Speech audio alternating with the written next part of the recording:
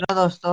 आज से हम शुरू करने जा रहे हैं कृषि से संबंधित कुछ महत्वपूर्ण प्रश्नोत्तर जो आपको आगे आने वाली हर प्रतियोगी परीक्षा में बहुत ही लाभदायक होंगे।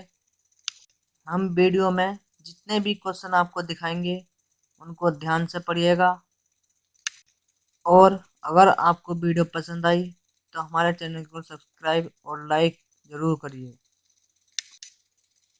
तो आइए शुरू करते हैं कृषि से संबंधित कुछ महत्वपूर्ण प्रश्नोत्तर। भाग एक, आनुवंशिकता एवं पादप प्रजनन। इसमें हम आपको बताएंगे पशु, फसल, कीट आदि से संबंधित आनुवंशिकता से रिलेटेड कुछ महत्वपूर्ण प्रश्नोत्तर और प्रजनन की विधियां। तो शुरू करते हैं। तो आइए शुरू करते हैं कृषि भाग एक, आनुवंशिक एवं पादप प्रजनन। तो पहला क्वेश्चन है, आनुवंशिकी को जेनेटिक शब्द कब व किसने दिया?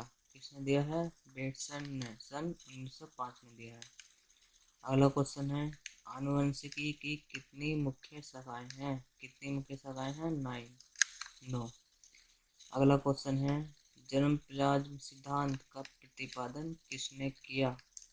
किसने किया? ऑगस्ट बीजमैन ने। कब किया? 1989 में। और अगला क्वेश्चन है, ग्रेगर जॉन मेंडल कौन थे? कौन थे? वनस्पतिक वैज्ञानिक थे। और कहाँ के रहने वाले थे? ऑस्ट्रिया के रहने वाले थे। अगला क्वेश्चन है, मेंडल ने वंशागति के कितने नियम दिए? कितने नियम दिए हैं? 3। पहला प्रभाविता का नियम, दूसरा पृथक्करण का नियम और तीसरा स्वतंत्र अपघटन का नियम। अगला क्वेश्चन है छठा।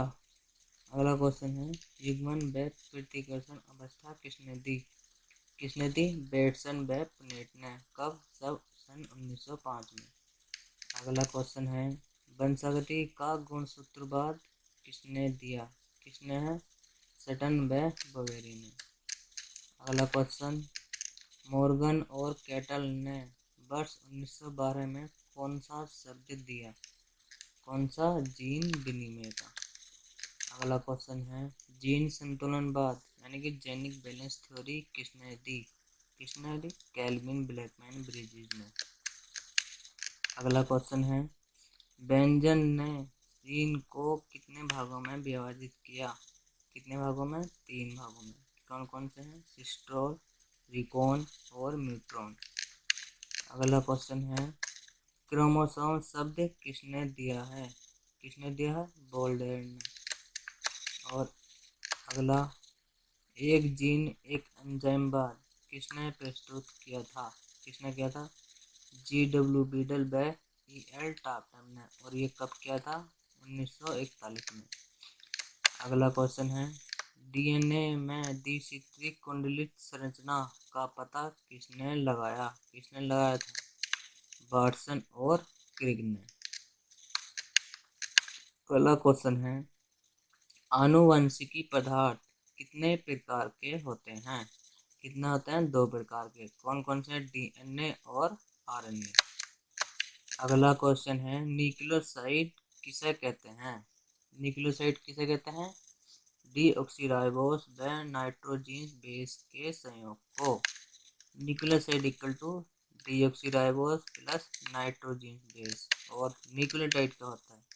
Nucleotide equal to nucleoside plus phosphate. अगला क्वेश्चन है, नाइट्रोजन बेस कितने प्रकार के होते हैं? नाइट्रोजन बेस भी 2 प्रकार के होते हैं।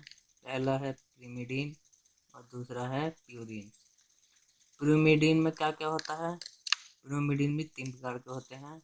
ए साइटोसिन, बी थायमिन और सी यूरेसिल। और रही प्यूरिन्स की बात, तो प्यूरिन्स भी 3 प्रकार के होते हैं। 2 प्रकार के होते हैं, एडेनिन और गुआनिन, यानी कि ये होते हैं डबल रिंग कंपाउंड। अगला क्वेश्चन है, आरएनए कितने प्रकार के होते हैं? कितने? 3 प्रकार के होते हैं। कौन कौन से हैं? सूचक, राइबोसोमल और स्थानांतरण। अगला, आरएनए का मुख्य कार्य क्या होता है? क्या होता है? संदेश को स्थानांतरित करना। क्या होता है? संदेश को स्थानांतरित करना। अगला क्वेश्चन है, प्रकृति में लगभग कितने अमीनो अम्ल पाए जाते हैं? कितने पाए जाते हैं? 150। और प्रोटीन संश्लेषण में कितना अमीनो अम्ल भाग लेते हैं? 20। और कितने अमीनो अम्ल भाग लेते हैं? कितने? 20 लेते हैं। और अगला क्वेश्चन है, आनुवंशिक कोड किसे कहते हैं? कहते हैं न्यूक्लियोसाइड व अमीनो अम्ल की भाषा के संबंध को। अगला क्वेश्चन है, बोबाल परिकल्पना किसने प्रस्तुत की? किसने? क्रिक ने। कब के? सन 1966 में। अगला क्वेश्चन, ऑपरेंड मॉडल का आविष्कार किसने किया? किसने किया है? जैकब व मोनार्ड ने सन 1961 में किया है। अगला क्वेश्चन है, जीन का एक रूप से दूसरे रूप में परिवर्तन को क्या कहते हैं? क्या कहते हैं? उत्परिवर्तन कहते हैं। अगला क्वेश्चन, उत्परिवर्तन सर्वप्रथम किसने खोजा? किसने? राइट ने। कब खोजा है? 1791 में। और किसमें है ये उत्परिवर्तन? किसमें खोजा? किसमें? नर मेमन में, यानी कि मेल लैम्ब में। उत्परिवर्तन का वर्गीकरण। अगला क्वेश्चन, उत्परिवर्तन का वर्गीकरण कितने प्रकार से होता है? कितने प्रकार से? 5 प्रकार से होता है। और कौन कौन से प्रकार हैं ये? कौन से? स्रोत के आधार पर, ऊतक के आधार पर, लक्षणों के आधार पर, स्थान के आधार पर और दृश्यता के आधार पर। और स्रोत के आधार पर कौन कौन से वर्गीकरण होते हैं? कौन कौन से उत्परिवर्तन के वर्गीकरण होते हैं? कौन से? स्वतः उत्परिवर्तन, कृत्रिम उत्परिवर्तन और दूसरा ऊतक के आधार पर उत्परिवर्तन का वर्गीकरण कायिक उत्परिवर्तन, जब उत्परिवर्तन कायिक ऊतकों में होता है। और कौन सा? जर्मीन उत्परिवर्तन, जब जर्मलाइन कोशिका में होता है। तीसरा है, लक्षणों के आधार पर उत्परिवर्तन कितने प्रकार के होते हैं? कौन कौन से? अकार्किक उत्परिवर्तन और बायोकेमिकल उत्परिवर्तन। अकार्किक उत्परिवर्तन क्या होता है?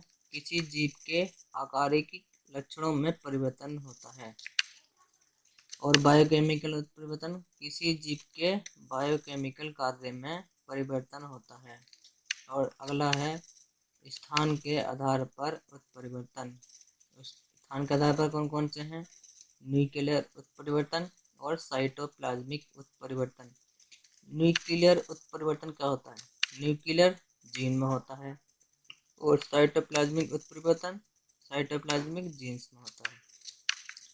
अगला 5वां है, दृश्यता के आधार पर उत्परिवर्तन। कौन कौन से? मैक्रो उत्परिवर्तन और माइक्रो उत्परिवर्तन। अगला क्वेश्चन है, उत्परिवर्तक कितने प्रकार के होते हैं? कितने प्रकार के होते हैं? 2। कौन कौन से? भौतिक और रासायनिक। अगला क्वेश्चन है, उत्परिवर्तन के उत्परिवर्तक के अभिज्ञान की कितनी विधियां हैं? 3। कौन कौन सी हैं? CIV विधि, मूलर 5 विधि, कर्ली लोग प्लम विधि। और ये सभी विधि किसने विकसित की थी? किसने? मूलर ने। अगला क्वेश्चन है, आर्थिक उपयोग के लिए पौधों की आनुवंशिकी में उत्थान तथा परिवर्तन करने की कला और विज्ञान पादप को क्या कहते हैं? क्या कहते हैं? प्रजनन। अगला क्वेश्चन है, किसके अनुसार पादप प्रजनन एक विज्ञान, एक कला तथा कृषि कार्य की एक शाखा है? किसके? बेबीलोव के अनुसार। अगला क्वेश्चन, विभिन्नता कितने प्रकार की होती है? कितनी? 2 प्रकार की होती है, वातावरणीय व आनुवंशिक विभिन्नता। जनन की कितनी विधियां हैं? अगला क्वेश्चन, कितनी? 2 विधियां हैं। कौन सी? अलैंगिक जनन और लैंगिक जनन। जैसे अदरक, केला, प्याज, पुदीना, अरबी आदि, ये क्या है? लैंगिक अलैंगिक जनन है।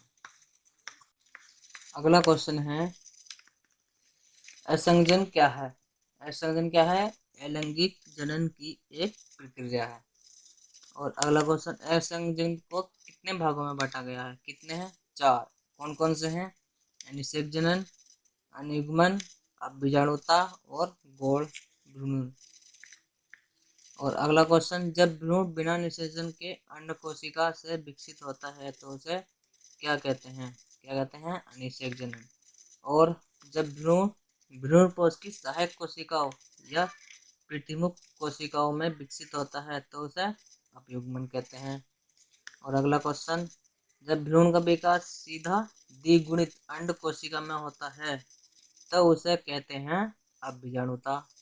और जब भ्रूण बीजांडकाय या अध्यावरण की द्विगुणित कोशिकाओं से सामान्य सूत्री विभाजन द्वारा विकसित होता है तो उसे क्या कहते हैं? कहते हैं गौण भ्रूणन।